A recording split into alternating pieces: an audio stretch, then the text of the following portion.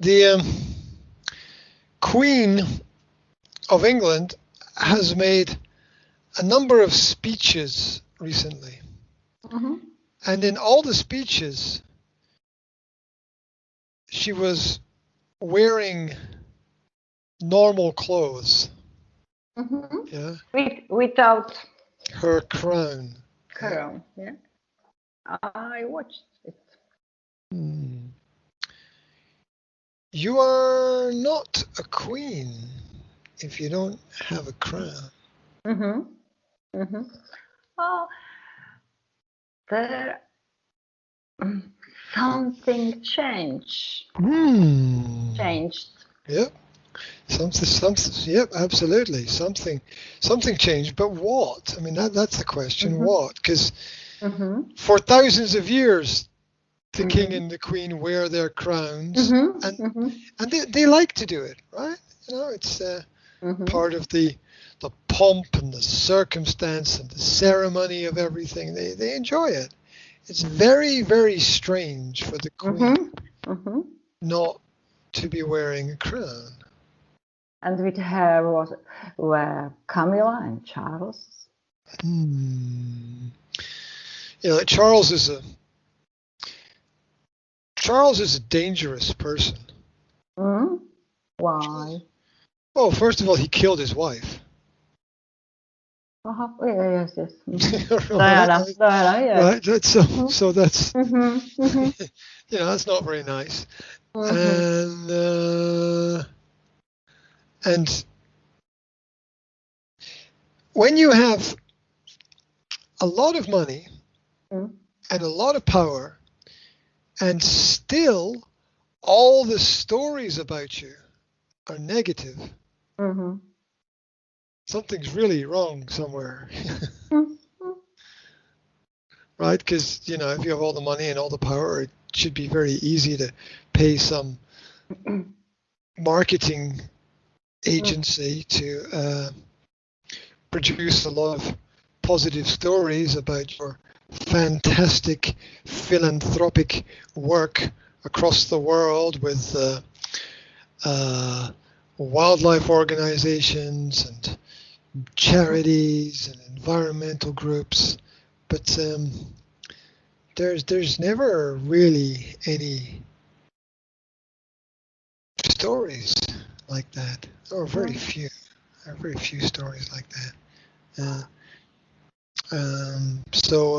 That's a clear. That for me is a sign that something somewhere is wrong. Something somewhere is very wrong with the whole system. Well, I think her son was the first problem. Her sons. I mean, one killed his wife, and the other one was best friends with Jeffrey Epstein on the island, right? I mean, that's not good. Yeah. So it's there are a lot of dark things in that part of the world. So it's interesting. There are, I think, many power shifts at this point in time, and perhaps there will continue to be power shifts like that.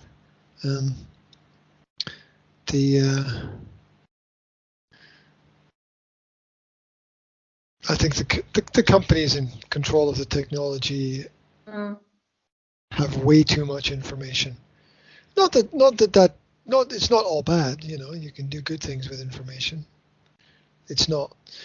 Information is not good or bad. It's what you do with it, right? So it depends who's doing what with the information. But it's just interesting to note those little things. I don't follow the news at all, so I have no idea what is happening in the world. I have no idea. Absolutely not. I really don't. I don't. I don't. I don't know anything. I know nothing. Absolute zero about what is happening. Well, so what is happening? From tell me what's in the news, because I have no idea. What's in the news? Where? Anywhere, everywhere. War between Palestinian and Israel. Yeah, but that's not new. I mean, that's been going on for like 30, 40 years, right? Maybe more. Yeah. I mean, that's just Israeli aggression on Palestine, which is terrible, right? It's interesting. I mean, the whole world knows that Israel is very aggressive towards all the countries around about. The whole world knows that. The whole world knows that that Israel is a problem. That they have their hands in the European Union and the British government and the American government and the American military, and they are trying to control everything everywhere. They had a lot of tech companies have their base in Israel as well. And, but the best friend of Israel is USA. No? Yeah, well,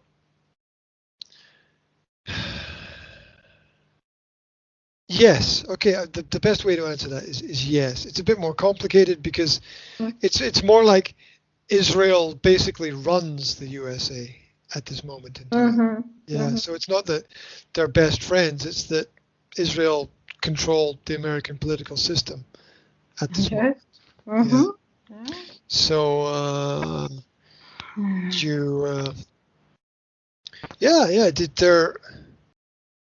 you can't write any, or it's very difficult to write a negative article about Israel in Western press. There's a high probability that you will lose your job if you write an article. You might even be killed if you write a negative article about Israel.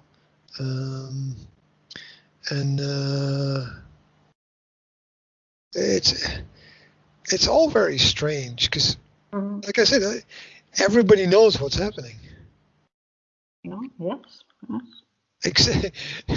Except the people in Israel. Yeah, except the people in Israel who get a different story from their government about everything that is going on. But then, at the same time, I had this feeling that at the same time, if you solve all the problems in Israel, you will not solve all the problems. That there will still be more problems. Right? So it's not just there. It's kind of everywhere, really. So there's.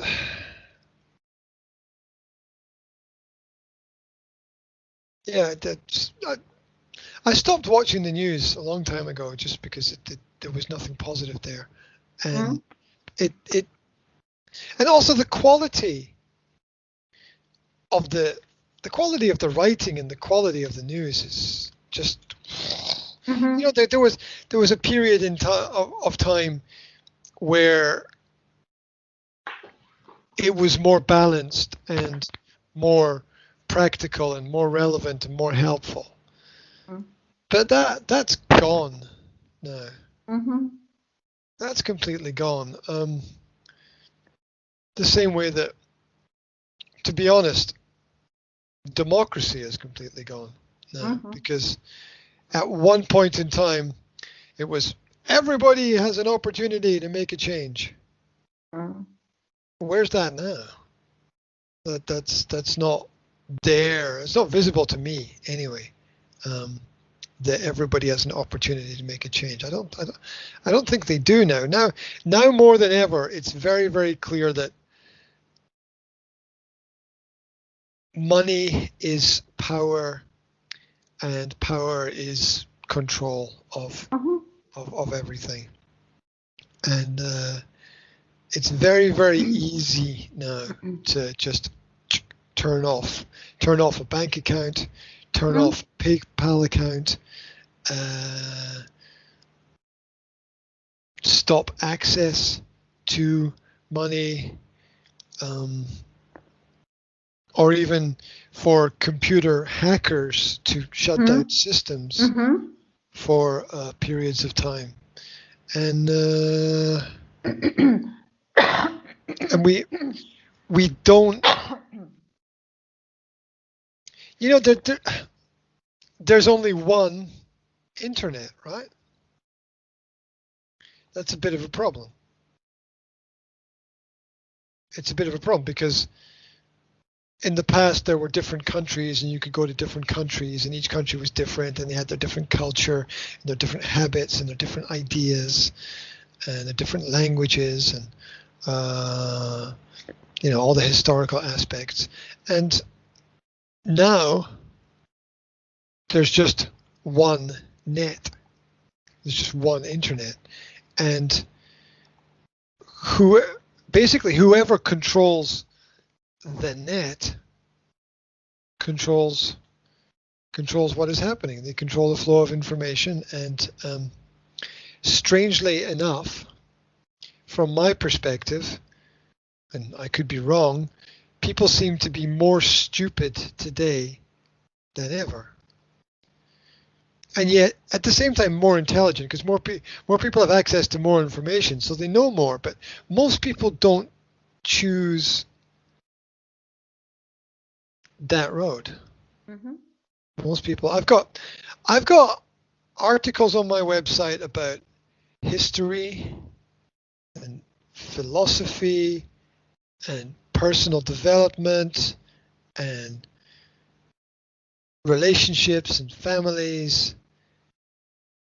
But my most, and education, but my most watched videos are computer gaming videos. Those are the most watched videos on my channel. And it's very, you know, it's I'm sort of like scratching my head like a monkey in the jungle. Yeah, or like, what is going on? Right? What is like? I can do research, and I can gather information. I can give some practical tips and some relative advice. And yet, if I make a video related to computer games, it gets 100 times more views than anything else. And what is that? What does that mean, right?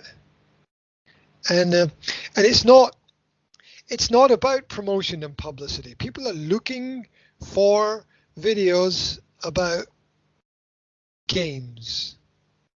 They're not looking for information. They're not looking for growth. Most of the people are not looking for that. Some will. It's interesting because most people, like, everybody wants to be better, but so few people are prepared to do the work to be better, to know more, to be healthier, right? As an example. There's still, you know, I don't follow media at all, but I was in the local shop, you know, the local Potravini, the co-op shop. Yeah. Yeah. And in the shop they have a radio. Yeah. Co-op radio 123, playing the latest hits and giving you discounts, and, you know, doing their thing. Radio in the shop. Yeah. Well, you know, just playing through the speakers in the shop, right? And there was I was only in the shop for 2 minutes, but there was an interview with, today we are talking to Janet blah blah blah, and she's a fitness and nutritional health coach, and she's going to give us advice on how to improve our health and fitness.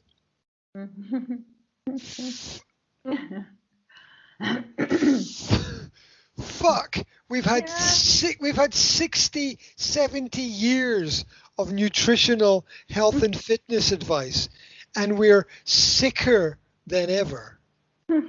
We're more sick than we've ever been as a society, despite the fact that there's nutritional health information and advice everywhere. I mean, just type in healthy drinks to Google and you'll get a list of smoothies and other things that you can make for yourself that give your body what it needs.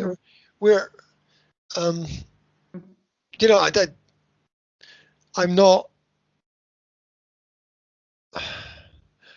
I'm not making fun of people, but every second person who walks past my window is fat. More, not just big, we're talking fat. Yes. They're fat. And I see, I see the parents in the playground with their children, and the parents are fat. They're so fat they can't play. They can't play with their children, or they try, but they try, but they're so fat that they can't climb up on things, and it's obviously not all of them, but it's more than 50%, right? And it wasn't. I'm sorry, world, but it wasn't like that 40, 50 years ago. It was not like that, right? This is not normal, and it's not good. I mean, not normal in the sense like it's always been like that. You could say it's the new normal, but it's bad because it's very unhealthy, and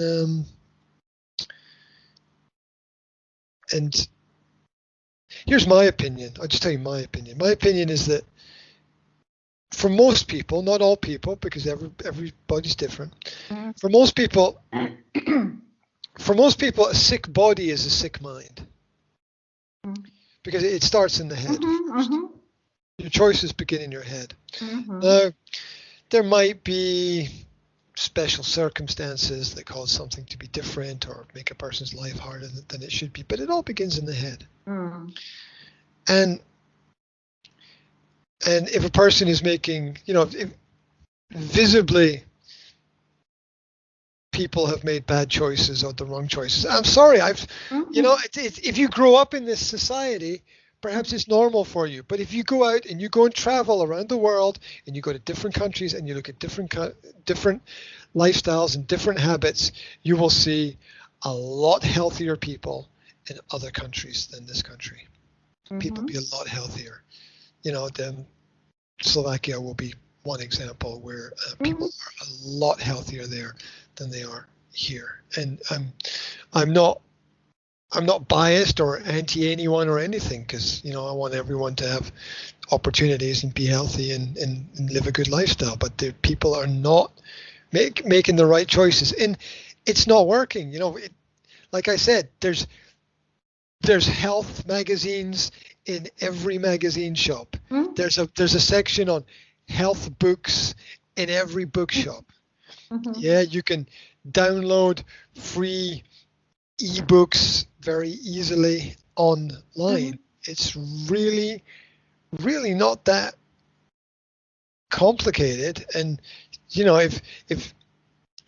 if teachers, but if teachers were really doing their job, they would be passing on a lot of nutritional and health advice to their students, and the students would be taking that information and living better quality lives than they do, because it's only now a minority of people who are healthy in Western countries, and a majority of people who have major sicknesses and health problems. Cardiovascular diseases are on the rise. Diabetes is on the rise. Obesity, cancers.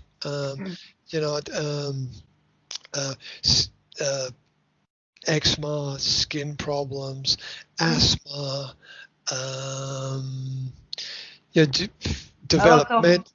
autoimmune ochorenia. Yeah, autoimmune Autoimmune disease. disease. Yep, a lot of autoimmune diseases.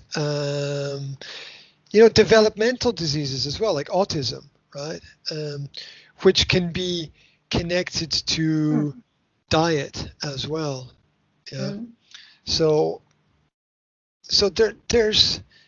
there's a lot more problems in that sense than there used to be. Now, in the past, there were different kinds of problems, but it's interesting that we're trying to clean up the world. We're trying to clean up society. We're trying to make everything green and return to a more natural world. But it's like we focus on the animals more than we do on ourselves. Yeah, there's there's probably more charities that work with animals than there are charities that work with people. I don't know what the statistics are, but I imagine if you look, because they got the charity for the cats and the charities for the dogs and the charities for the birds and I don't know, the local wildlife and whatever else. There's probably more people taking care of the animals than there are taking care of the people. So it would be interesting to know what the actual statistics are, but we tend to focus on, we focus on the wrong things, the external things, rather than the internal. So it's sort of interesting time. Well, yeah, it's it's biblical, right? The Bible talks about disease and famine and conflict, and these things are partly physical and partly spiritual, and the body is a result of the mind, and how you present yourself physically in the world is a result of your thinking, which is partly spiritual. And there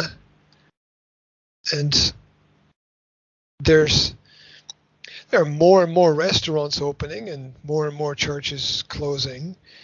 In a contrary way, there's more synagogues opening, which is a sort of strange demographic change. I don't know if that is positive or negative for society. I know that it creates a lot of conflicts, and that is, is that a step forward for our culture and society? Personally, I don't think it is. People keep saying to me, "Time will tell." I'm like, by that time, it's too late, Yeah, but it's true. It's really true. It's like with the rise of National Socialism in Germany before the Second World War. Yeah, it's like, oh, maybe the rise of National Socialism will be good for the economy and good for the country. But if you wait to find out and you're wrong, it's too late. It's too late. It's like, maybe this hamburger will be good for me. Maybe this cheeseburger will be great for my body. But no, you have to know before. You have to have some experience and understanding, and realize that that if, and this comes from, I've heard a lot of people say, well, we'll just wait and see. And if you're wrong, what then? Yeah. I'm going to get my shot and take my vaccination, and then we'll wait and see what the results are. Okay, that's good, but what if you're wrong? How do you get it out of your system if you're wrong? Because anything that you do that you can't undo, well, that's, you know, that's a dangerous road to go down, right? Anything that you do that you can't undo. When there's only, we know this from history. We know this like from the world. We know this from ourselves personally, where we've all been in situations where we said the wrong thing. Blah, blah, blah, blah. Oops. Yeah. And you can't put the words back inside. Yeah. Right? Right. You can't put the words back in. It's not possible. And and then what, right? It's like with nuclear power, yeah. Oh, nuclear power is great. It's clean energy. It's going to be the future. But what if you're wrong? What if there's a problem? What if there's what if there's a tsunami and it, you know, destroys the what then? What next? Oh, I guess we were wrong. Well, I'm sorry, it's too late now because all the fish are dead and all the people who lived there are dead, and oh, and we can't stop the reaction. It's still burning. I saw an article last week where some scientists went to Chernobyl. Yeah. Yeah, and they're like, it's still burning, right? It's still burning. Even today. That's like 35, I don't know, 40, 35, I don't know, many years later. Right? But to Chernobyl, a lot of people want to go as tourists. Yeah, that's like it's resident evil tourism. It's dark tourism, right? I mean, it's not tourism for any good reason or purpose. It's a dystopic tourism, really. It's normal people don't want to go. Yeah, exactly.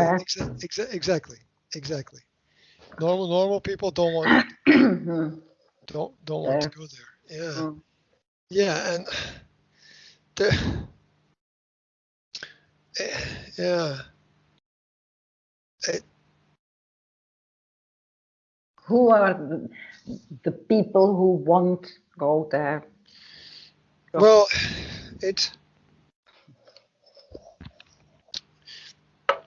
gets promoted as cool and alternative, doesn't it? But it's not really. It's just sick and stupid.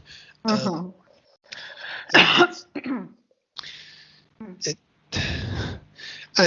dangerous, naturally. At the same time, you want to be extremely careful with that kind of idea. And then you notice now how the nuclear industry is all very quiet now. You know, you don't hear much about them because it's a failed venture because it's just so dangerous for the world. It could be made to be safer. You know, there's nothing wrong with working on making it better and more efficient, and but it was always a risk, and it was always really about, it was just about making weapons in the past, really. It was just about, let's have nuclear bombs so that we can, I don't know, terrorize each other or something. I'm not quite sure what everybody really wanted to do, but it's an odd culture. I mean, look at so I was looking for some games for my kids to play in computer games in a sort of digital environment that were maybe family friendly and had a positive message. That's like the 1%, right? Like the other 99% is zombies and killing people, and it's war and violence, and maybe 99% is an exaggeration, but it's at least sort of 9 out of 10 games are about killing people one way or another. And so finding games with a positive idea, or where you need cooperation and working together, is really difficult. There's a lot of these ideas of conflict pushed, or what I've noticed recently is that there's a lot of justification of bad ideas without any reason, or people saying, well, it just is the way that it is. And I don't think things are just the way that they are. I think that everything happens for a reason. I think that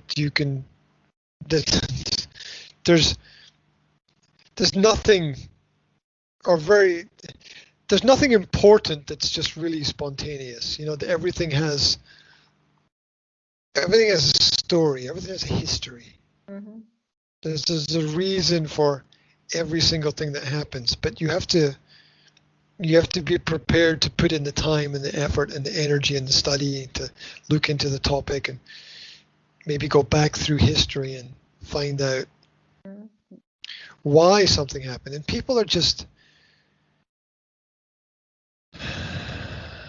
so lazy and people want to simplify everything to make it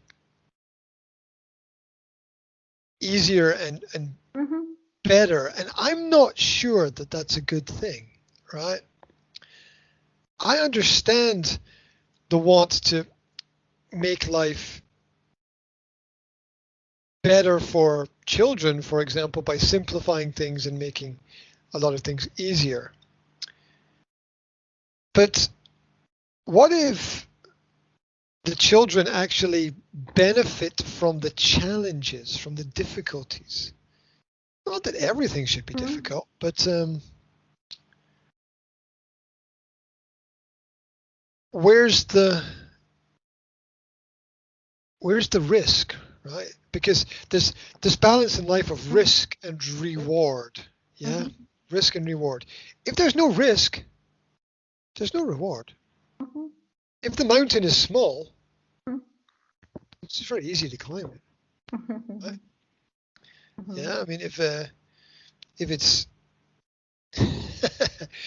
if a girl is easy, right?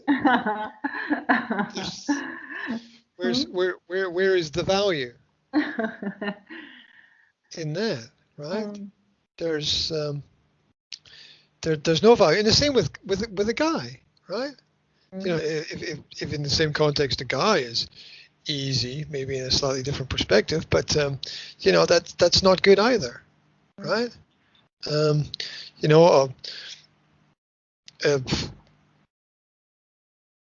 It just makes sense that a woman who will sleep with every man has very little self-esteem and value, the same way a man who will sleep with every woman has no self-esteem and very little value there, personally. So,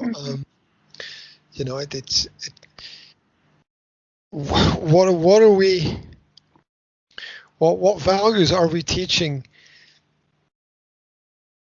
in society? Like my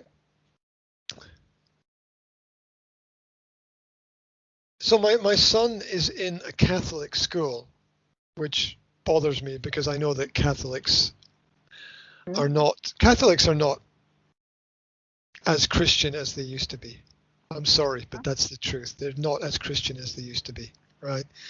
Catholics were much more Christians in the past than they are in the present. It has metamorphosized into something different. You know, there's the Catholic schools have social education, which is really sort of sex education, which shouldn't exist in Catholic schools. And my son was telling me that his teacher was telling him the story of David and Goliath from the Bible, and that the teacher said that Saul the king sent David to fight Goliath. Well, that's rubbish. That's not true. It's not true at all. I mean, what do you? If you're a teacher in a Catholic school and you're teaching religion to the children in the Catholic school, you should at least know the very basics of the stories that you're actually teaching the children, and not teach them something which is not true. Yeah, of course. And so when the teachers are not checking the information, right? Because the teacher just opens a book and reads from a book, or they prepare it in their head, but it's still the same story. And they're giving these simplified messages to the children, like they get the Bible stories for children. You know, how helpful is that? Can you really simplify it? Probably not. You probably have to, you actually have to think in order to understand. Yeah, it's not just here's a pen, write with it. It's what is the pen made of, and where did it come from, and how did it get here, and what were the processes involved, and who designed it, and etc.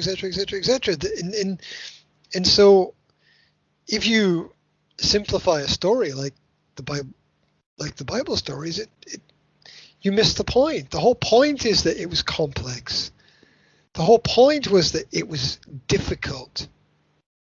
The genealogies of the families, and the fact that civilizations lived in the wilderness for decades, and people prayed for thousands of years for change. Not just, oh, I can't wait for tomorrow, because there's some new shit every day, which there is right now. The next book, the next album, the next TV series, the next film, the next fashion statement, the next car, or I don't know, the next new piece of technology, or iPhone 27, or whatever number they're at now.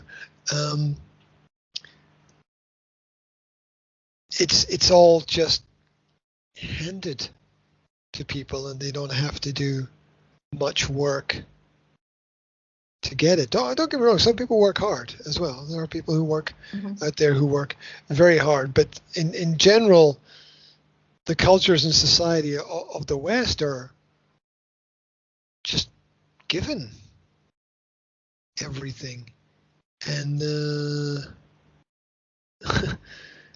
they don't have to think a lot of the time. And I think part of what makes a school a good school is not giving the answers, letting people think for themselves, which is hard. I mean, it's a hard realization. a lot of times in life we're like, oh, just give me the answer. Come on, just give me the answer so that I can go on to the next thing. But if the answer comes without work, then you don't really understand. You know, if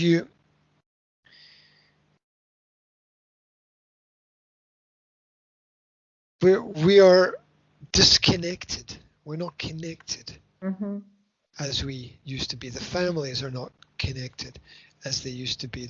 The people and the land is not connected as it used to be. The people turn on a tap and the water comes out. In the past, you had to dig a well and find a place where there was fresh water in the ground that you could drink and filter the water, and it was not an easy process to get the basic things that were necessary for survival. And I wonder if we have, I wonder where will it go next, right? Where will it go next? You can shut down Western society for a whole year and have no protest. Do you notice? No protest. No protest. Yeah.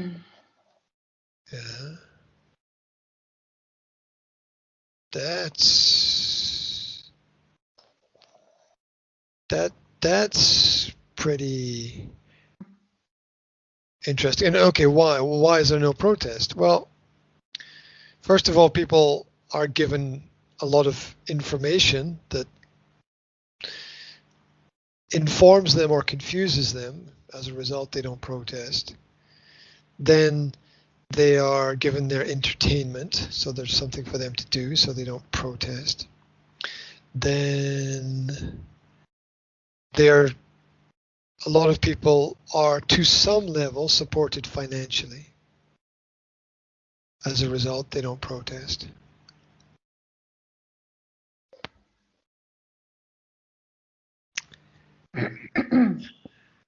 It's interesting, and still everybody is polite, and they continue their daily activities, and they try to get through and survive just like everybody else survives until it happens again, right? Till it happens again. If the bank robber is successful the first time and he does not get caught, he will try to rob another bank. Yeah, if criminals are not punished for their crimes, they tend to commit more crimes and continue doing the same thing. And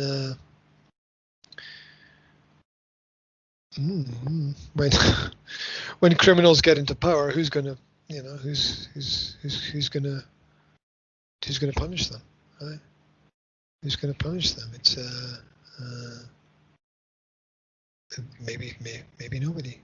I don't know. Who's what? Eventually, the Bible points out that we're back again. Okay. The Bible points out that eventually every society becomes sick or ill.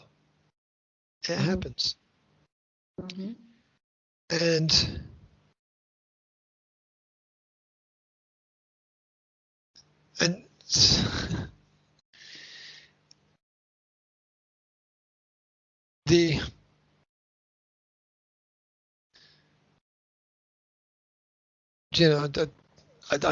I look at modern society, and I think that there's a little bit of that there. There's a little bit of we're not healthy physically and mentally with our choices.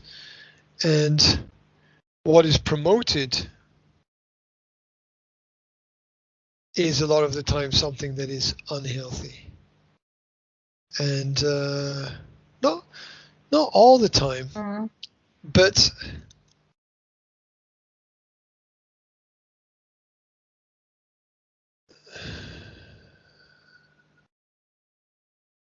there are less and less people asking questions, digging deeper, looking for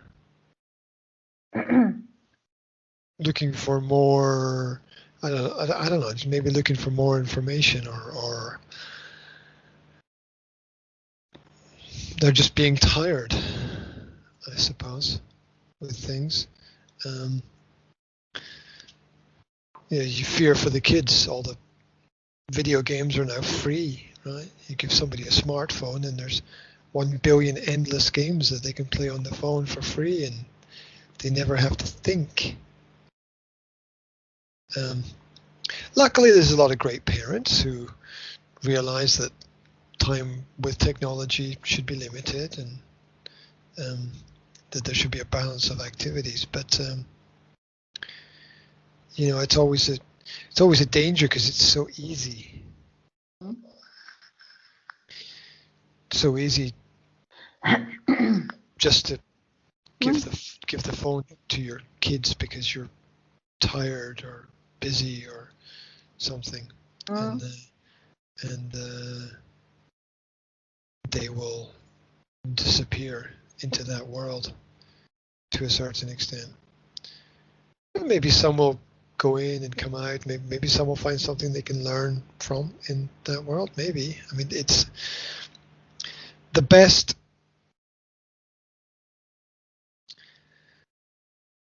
The best information is always informative and educational. If something is not helpful to people, they will not spend a long time with it. They'll spend some time with it, but not a long time, because there has to be some feeling like you're getting something from what it is that you're doing, and so that's, if you look into what films are the best films, they're the ones that make people think about the world around about them. The same with what are the best books, not what are promoted as the best, but what over time people naturally go back to, whether it's a film from the 1960s like Singing in the Rain,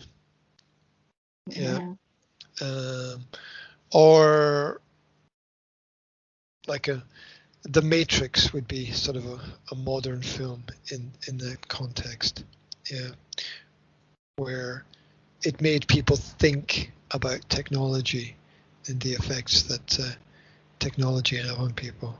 There's always deeper levels in the best programs. Same with music. If it makes you think, you will go back to it. If it doesn't make you think, it will come and go very quickly.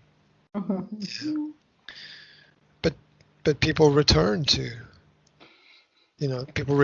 pieces of classical music because they're beautiful. People return to the Beatles' music because it was innovative and interesting and challenging at that time. That there needs to be a depth to something if you want it to last, and that which is simplified, often oversimplified, is of no value. We will make it easy for you. We will make it easier for you to understand.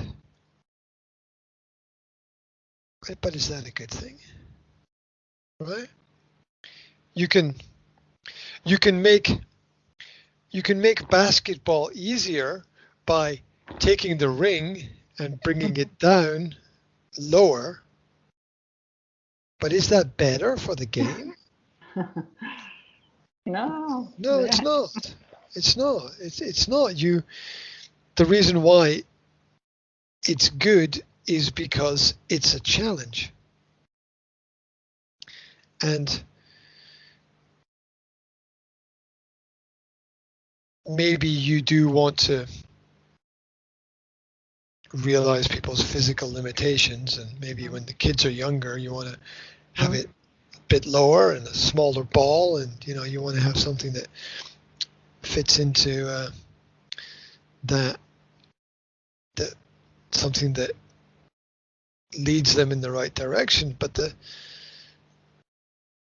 the truth is, we need challenge in order to grow, and something to make us keep thinking about how to do things, or how things work, or that remind us that life is complicated and it's a big world out there, and we've got to keep our eyes open and our brains moving as much as possible in order to do the best that we can. But not sure how I got onto that topic. Just things being. It was the media. I was talking about the media and the fact that I have no idea what is happening in the media, because the value of modern media is just there. I mean, the people.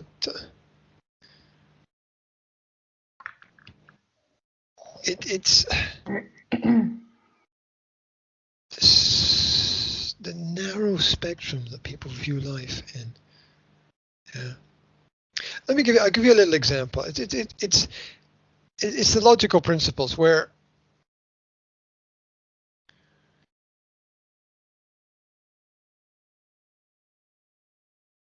it's back to the vaccine thing, okay? Where do people not realize you can't go back? I mean, it's such a. I had somebody call me today who had a problem. Yeah, I got this problem. I need your help. Blah blah blah. It was family psychology thing, right? Okay. And so they called me and they were like blah blah blah blah blah blah blah blah blah blah blah blah blah blah blah blah blah, and I said, it's this. That was it. 5 minutes. I said one sentence. Right? No, I've got this problem, and this is happening, this is happening, this is happening, this is happening. I said, this is it. This is why. This is what is happening. This is why it's happening. That's it. But blah blah blah blah blah. I said, we've answered it. Stop talking. Right? I told you what it is. Right? Yes, but blah blah blah. Yeah, you don't need to talk anymore. It's done. Right? That's it. You're as we all are in our own lives, we're all overcomplicating things in our own lives. It's only visible from the outside, but we're all overcomplicating things. And it's just like that with the vaccine. Don't you realize that you can't go back? Wow. I mean, that's such a.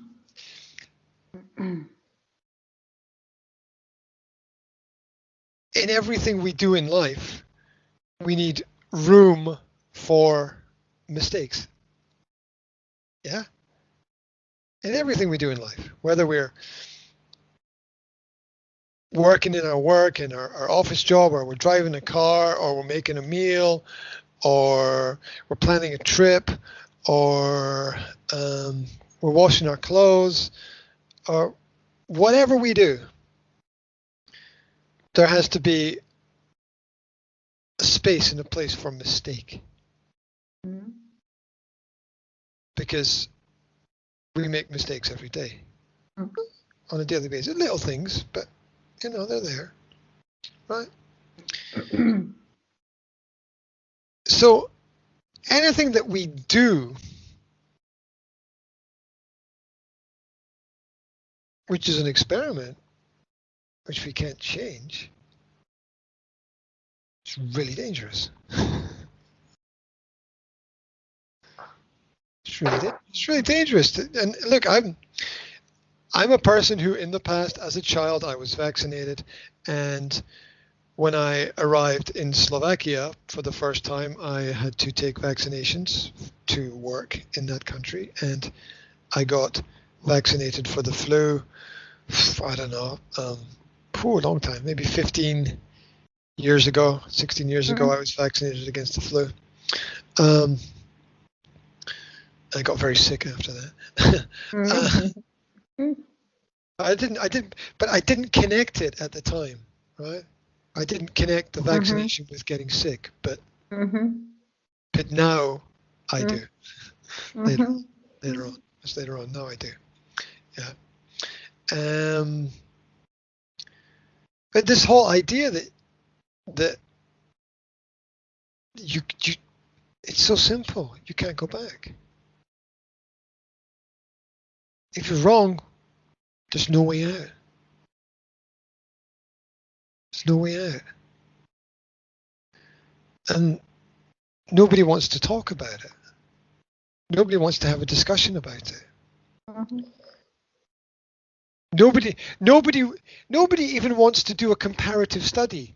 Let's take 100 vaccinated people and 100 unvaccinated people, and let's study these two groups for a year. Nobody even wants to do a comparative study. Why do you not want to do a comparative study? I don't know. It's very suspicious, you know. You don't want to do that, right? Because science is science, right? That's what scientific method is. It's study and evaluation and counting. It's all numbers, right? It's all about numbers.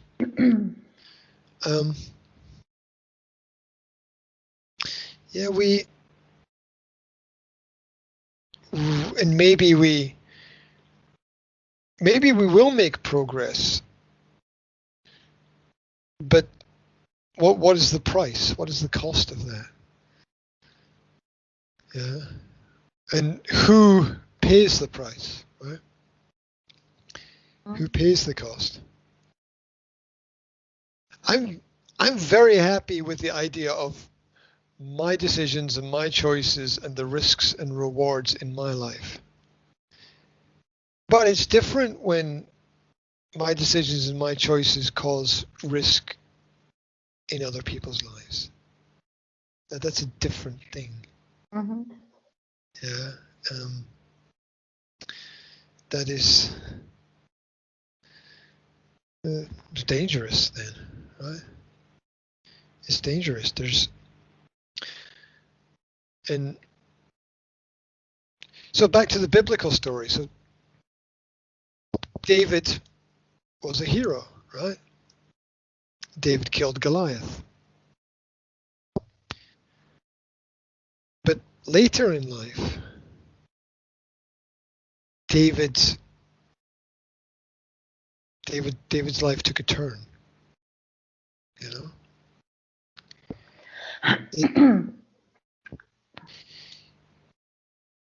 He was good up to a point.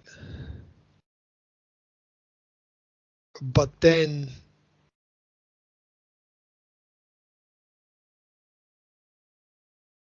the power, the money, the wealth, the control, his ego, he turned and made a lot of bad decisions and suffered. He suffered. His family suffered. His children suffered terribly because of it. And in school, the children get taught the first part of the story, very often not correctly, right? Yeah. Saul sent David to fight Goliath. No, Saul did not send David to fight Saul. Saul thought David was a threat. He didn't want David anywhere near the army, or he wanted him out of the way. He didn't want David to have any opportunities. And so they teach the first part of the story, but they don't teach the second part of the story. They don't teach what happened later, which is what makes the story interesting. Because the reality is that the boy who is the hero eventually gets too much power, and it corrupts him. And it's a sign, it's a great lesson. That's the lesson to teach. The lesson to teach is not that the little boy who trains hard and follows the word of God can beat the man who's the monster. That's not the lesson to teach. The lesson to teach is that nothing is guaranteed. Because just because you do good on Monday, and everybody who goes to work knows this, right?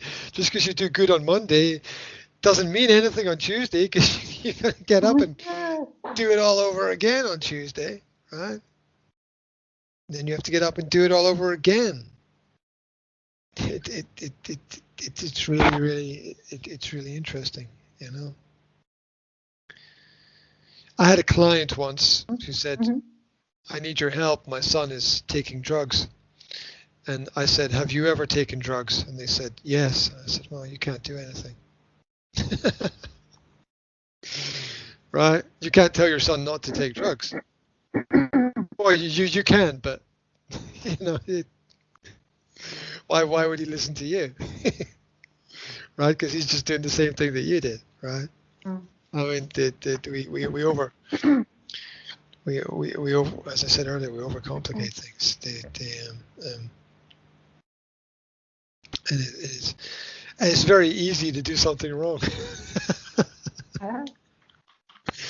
Right? It's like I love that from the articles that I write. Yeah, I can read it 10 times, but there's still somewhere there will still be a mistake in it somewhere, right? I can read it 10 times, and there will still be a word that is spelt wrong, or there'll be something somewhere, something grammatically not correct about it. And it's a great personal lesson, right? It's like, yeah, okay, there will always be something that you can. Yeah, there will always be something to correct somewhere. That none of us are perfect.